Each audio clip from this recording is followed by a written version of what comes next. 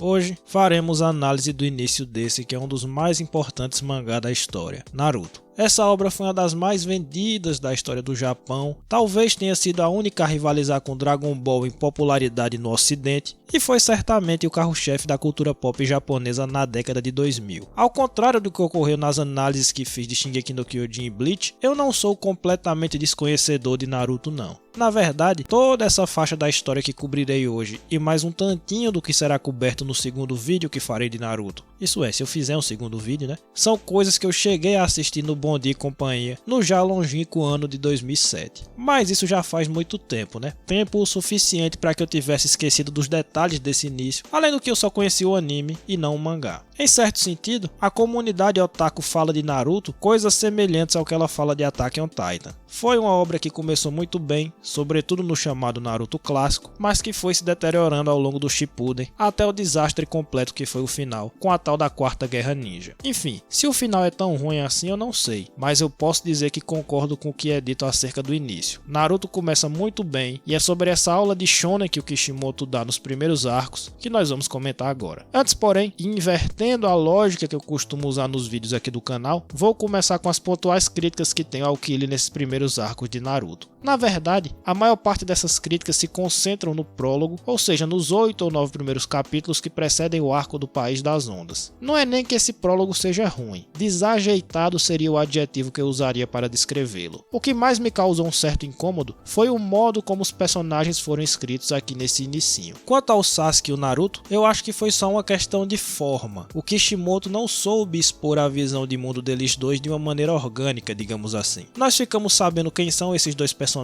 por meio de diálogos muito pouco naturais que causam um leve incômodo por serem, como eu disse, desajeitados. Por exemplo, aquela cena na qual os três protagonistas são perguntados pelo Kakashi acerca do que gostam, do que não gostam, dos seus objetivos e etc. O Sasuke só manda um "eu odeio muita coisa, não gosto de nada e quero matar um certo alguém". Tipo, é muito caricato quanto ao arquétipo de personagem Ed e muito despejado de qualquer jeito no que diz respeito ao seu objetivo. O Naruto não tá muito melhor não. Ele tem um negócio meio Asta, que na real é o contrário, né? O Asta que é meio Naruto, de ficar falando o tempo todo que vai ser o Hokage, o herói da Vila da Folha, até mesmo em situações meio fora de contexto. Mas enfim, esses são pequenos detalhes facilmente ignoráveis, até porque no caso do protagonista, o Naruto foi um dos mais influentes dentro do shonen. Muito do que veio depois tira inspiração direta dele e do modo como o Kishimoto escreveu. Essa coisa de ser um indivíduo que supostamente, né, está abaixo da média, mas que tem um grande sonho que vai alcançá-lo contra tudo e contra todos, virou meio que o padrão do mangá shonen, a ponto de as pessoas não perceberem que antes do Naruto, esse tropo era muito pouco usado. O Goku não é assim, o Yusuke não é assim, o Gon não é assim e nem o Kenshin. Nem mesmo o Joe é exatamente assim. Foi depois de Naruto que o padrão do protagonista shonen passou a ser esse. Além do mais, tirando esse pequeno detalhe dos diálogos meio forçados, o ponto importante é que mesmo esse comportamento dele, no caso do Naruto, né, tem uma boa justificativa, que é o fato de que ele tenta chamar a atenção de todo mundo por meio desse agir histriônico, já que ele é desprezado por todos devido a seu passado. Já a Sakura é um caso um pouco mais complicado. Aqui nesse início, ela é realmente irritante, como diz o Sasuke. Ela passa vários e vários capítulos sem nenhuma caracterização além de amo o Sasuke e odeio o Naruto. Até mesmo na já mencionada cena na qual os personagens se apresentaram ao Kakashi, que foi a oportunidade perfeita de o Kishimoto nos mostrar mais alguma coisa dela, ele preferiu continuar limitando a personagem a essa bobeira. Digo, ela gostar do Sasuke não me incomoda. Ela odiar o Naruto me parece um pouco sem motivo e forçado para encaixar uma dinâmica de roteiro, mas vá lá. O problema é ela se resumir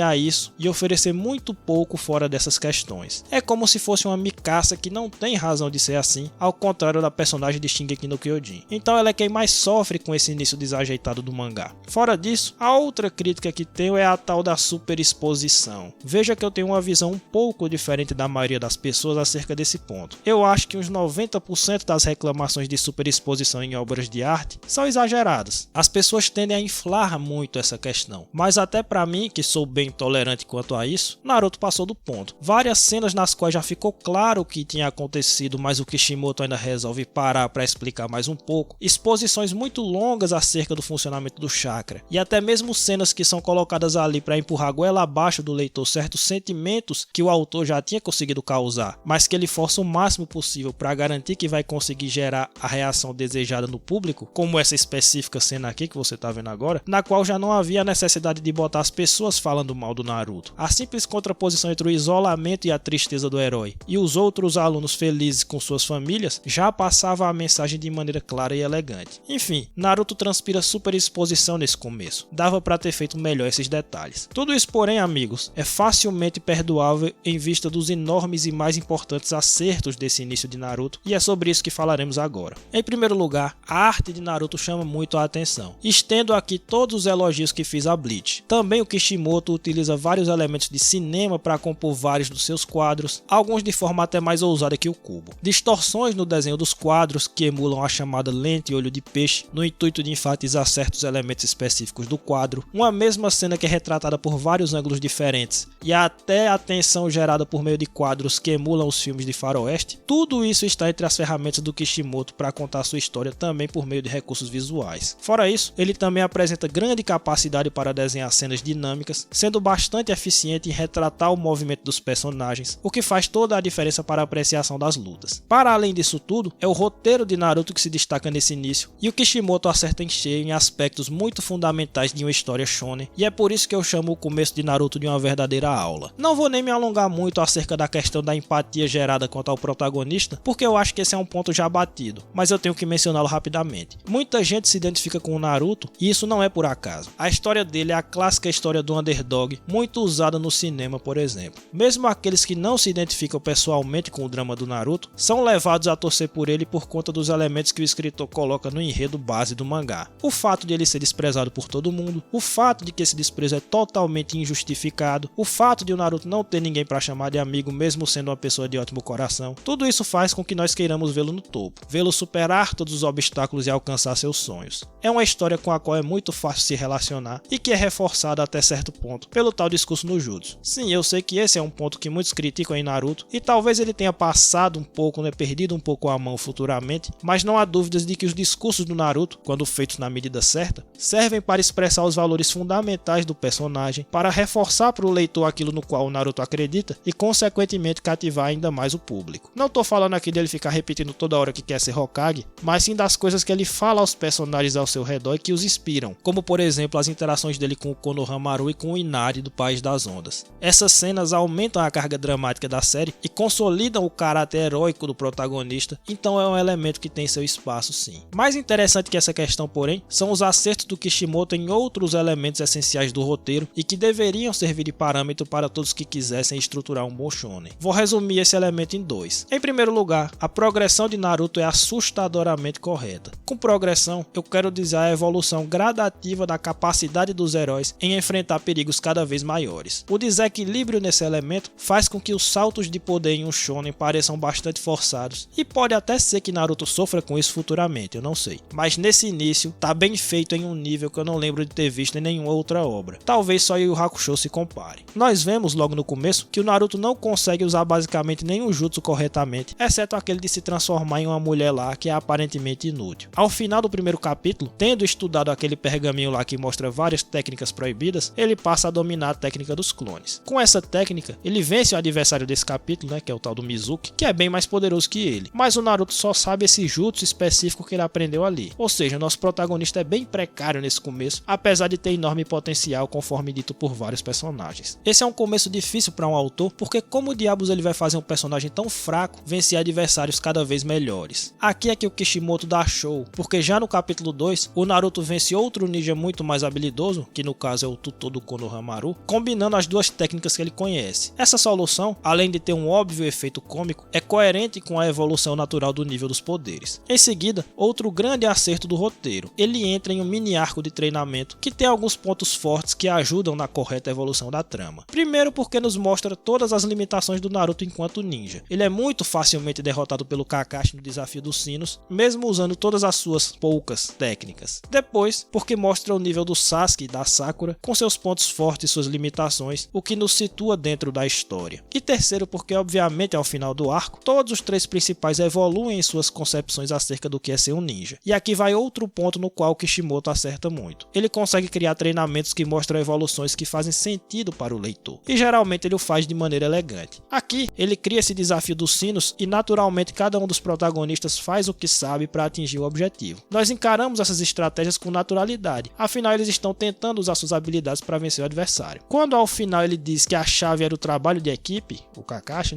nós entendemos o ponto do treinamento. A lição que ele quer passar faz todo o sentido, como fazia sentido que os personagens não tivessem percebido que essa era a chave da vitória, justamente porque todos eram imaturos enquanto ninjas. Então o ponto no qual eles precisam evoluir é mostrado de forma criativa e eficiente, ou seja, os personagens progridem de uma maneira bem feita. A recompensa de tudo isso para o leitor e a prova de que eles entenderam a lição é a cena na qual o Sasuke e a Sakura contrariam as ordens do Kakashi em nome do seu companheiro. Continuando na evolução natural, os heróis se metem em uma missão muito acima de suas capacidades. Aqui o Kishimoto se meteu em uma armadilha que poderia tê-lo feito cair de maneira feia, tentando forçar uma vitória do Naruto ou do Sasuke, ou dos dois juntos, contra um ninja de nível muito acima, como o Zabuza. Mas ele evita esse erro de forma magistral, sem porém fazer com que os protagonistas fiquem só olhando o Kakashi lutar. Não, Naruto e Sasuke têm um papel fundamental na luta contra o Zabuza, mas feito de uma maneira coerente com a pouca força que possuíam diante do inimigo. Nesse sentido, o plano do Naruto para libertar o Kakashi da prisão de água feita pelo inimigo é sensacional. É um uso de uma das poucas técnicas que ele dominava, juntamente com o trabalho em equipe que ele aprendeu no treinamento, usados de maneira inteligente, de forma que eles conseguem obter êxito em um objetivo que parecia impossível, mas sem forçar a barra. Ou seja, a progressão de Naruto nesse início é uma arte. Cada informação vai se somando e levando a resultados coerentes com a trama e geralmente envolvendo alguma estratégia. Fora disso, ainda há a evolução moral dos personagens, com o Naruto primeiro e depois o Sasuke se tornando guerreiros mais corajosos, que não tremem diante do perigo, mas que começam a ser capazes de arriscar suas vidas pela missão. Isso também é a evolução enquanto ninjas. No meio do arco do País das Ondas há outro treinamento, para que os principais passem a dominar mais alguns fundamentos no uso do chakra e consigam lutar contra o Hakivis, não é Haku não, etc. Resumo, o Kishimoto verdadeiramente deu aula de progressão de trama nesse começo, usando treinos criativos, lições aprendidas e sem jamais perder a mão no que estava fazendo. Seguindo os elogios ao arco do País das Ondas, devo destacar que essa saga é muito, mas muito bem feita do ponto de vista dramático. O autor apresenta ao menos 3 focos de drama nessa parte e desenvolve todos 3. Temos os heróis, os vilões, que no caso é que eu estou falando dos Zabuza e do Hakivis, não do Gato, e o Inari juntamente com o País das Ondas em si. Quanto aos heróis, há toda aquela questão da evolução que eu mencionei no ponto anterior. Eles precisam se tornar ninjas melhores, não só do ponto de vista da força, mas também de entenderem melhor a filosofia por trás da atividade dos ninjas. E isso realmente ocorre, como já vimos anteriormente. Ao final, o Sasuke, entre aspas, se sacrifica pelo Naruto e este, por sua vez, sente bastante a suposta morte do rival, demonstrando o estreitamento dos laços entre eles. O contato com a história dos Zabuza e do seu amigo faz com que eles encarem a faceta cruel da vida ninja, e também isso é uma evolução, com o Naruto dando a sua própria resposta ao dilema acerca de os ninjas serem ou não meras ferramentas. É uma resposta bem simples, é certo, mas é coerente com o personagem e eu também não vou exigir muito mais de uma história shonen. Essa questão de ser ou não ferramenta é que circunda todo o drama dos Zabuza e do Hakivis e ela é bem desenvolvida entre ambos. Por um lado, um deles entende que é uma mera ferramenta, mas aceita esse destino de muito bom grado porque isso dava sentido à sua vida, dava um propósito, por mais paradoxal que isso possa parecer.